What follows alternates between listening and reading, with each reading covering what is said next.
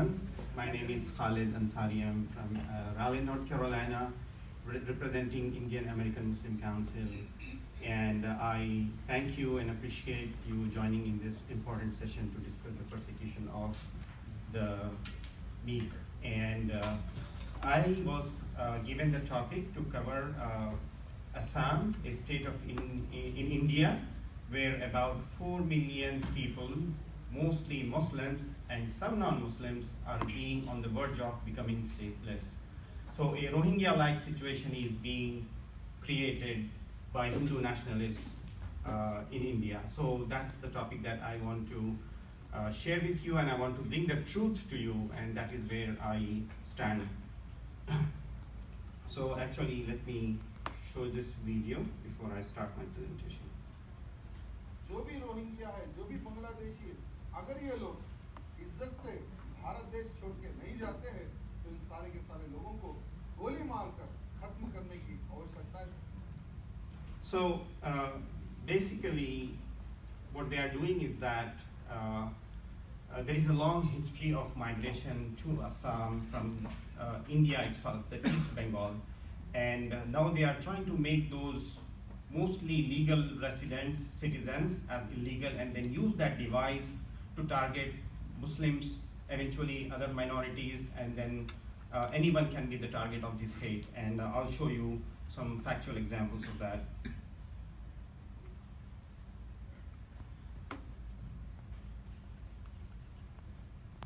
So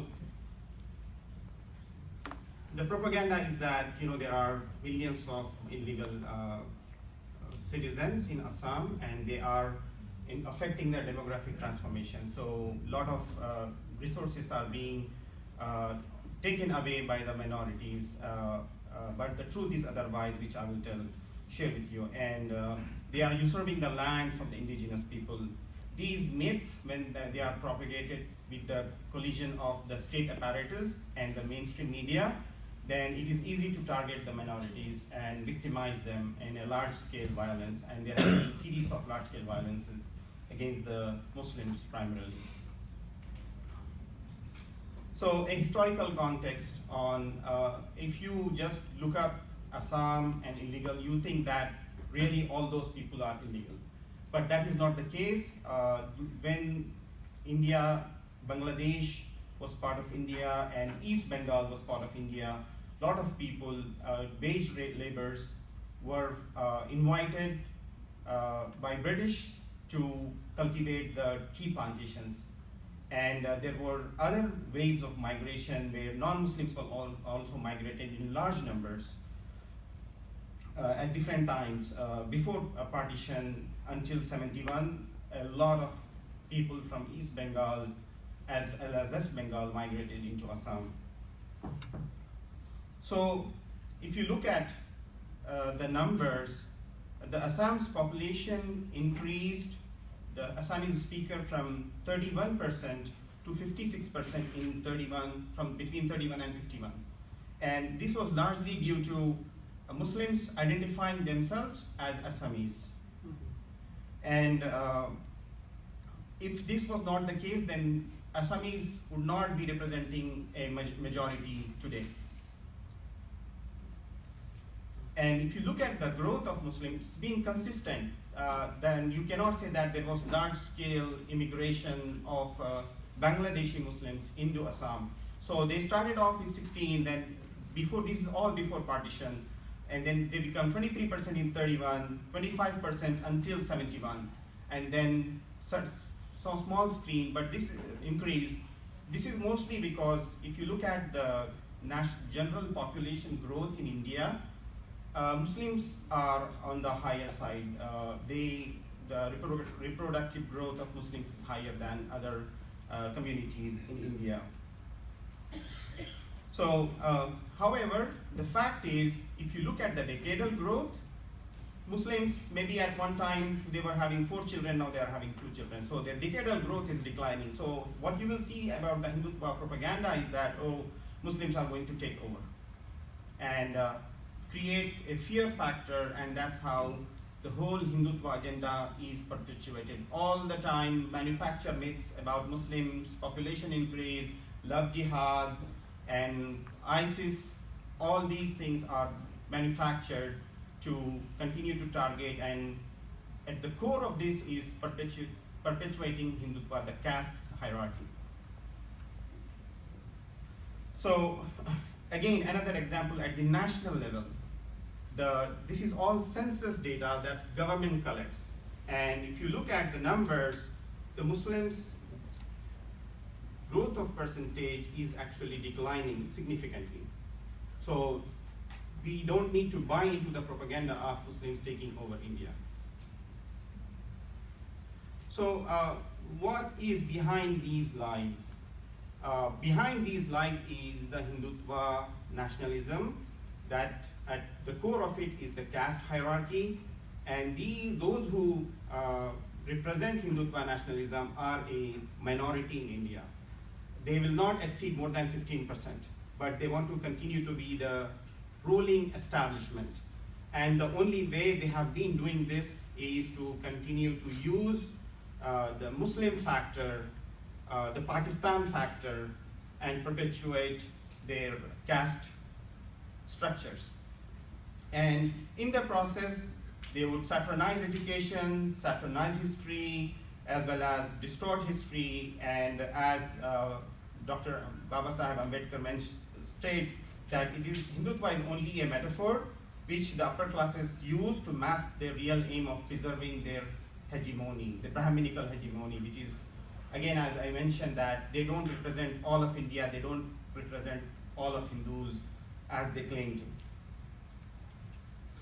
So Islamophobia is a political economy for them, and you can see that love jihad, cow, Muslim population growth, these are all myths that they continue to propagate in the society.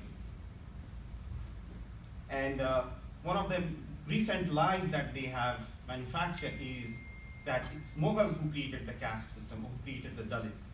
And there cannot be a biggest lie than this. And as we all know, that the caste system exists in the Indian society in thousands of years, way before the Mughals even arrived into the land. And since the BJP came to power, love jihad became a major instrument for them to perpetuate the hate. And early in 2015, Uttar Pradesh Chief Minister Yogi Adityanath said that they will use this to contest the election, that this will be the main issue in their elections. However, there were many investigations, by independent investigations, and most recently, National Investigation Agency investigated, and it found that there is no such thing as a conspiracy to convert Hindu women to a Muslim faith. So this was a major issue. The entire institutions, the Supreme Court, the High Court, the media, all was deployed to make this as a problem, serious concern for the Hindu community, but that is not to be the case. So this judgment, this verdict came just a few weeks ago. And one of the court inquiries note that out of the 310,759 cases, only 10,015 persons were declared illegal immigrants. And only 1,500 have been physically expelled as of April 2000. So higher growth rate of the Muslim is a factor in the growth, in the higher number of Muslims in Assam. So is India creating its own Rohingya? And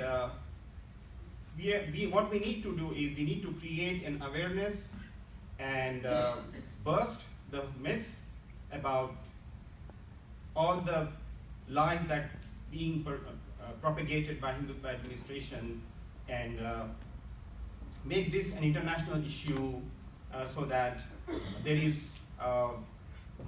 attention on the persecution of minorities in India, not just Muslims, but other minorities and Dalits, Adivasis, etc.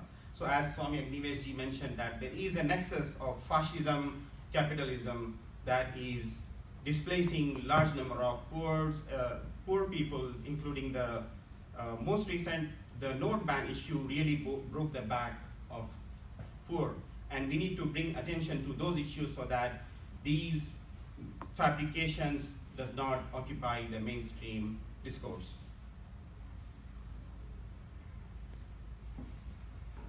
So some things that can be done is to focus on real issues in India, which is the poverty, lack of jobs for professional, large number of professionals, engineers, doctors not getting jobs is a serious concern, and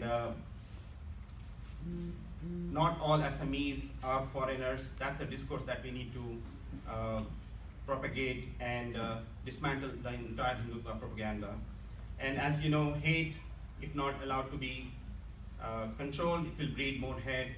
And even last week, even though their rhetoric says always targets Muslims, there were 5 non-Muslims who were Bengali residents who were attacked. And another 2 weeks before, a lot of non-Indians were attacked in Gujarat by the local people. And this does not outrage the Hindutva at all. And the minorities need to get closer and confront the Hindutva establishment. Thank you.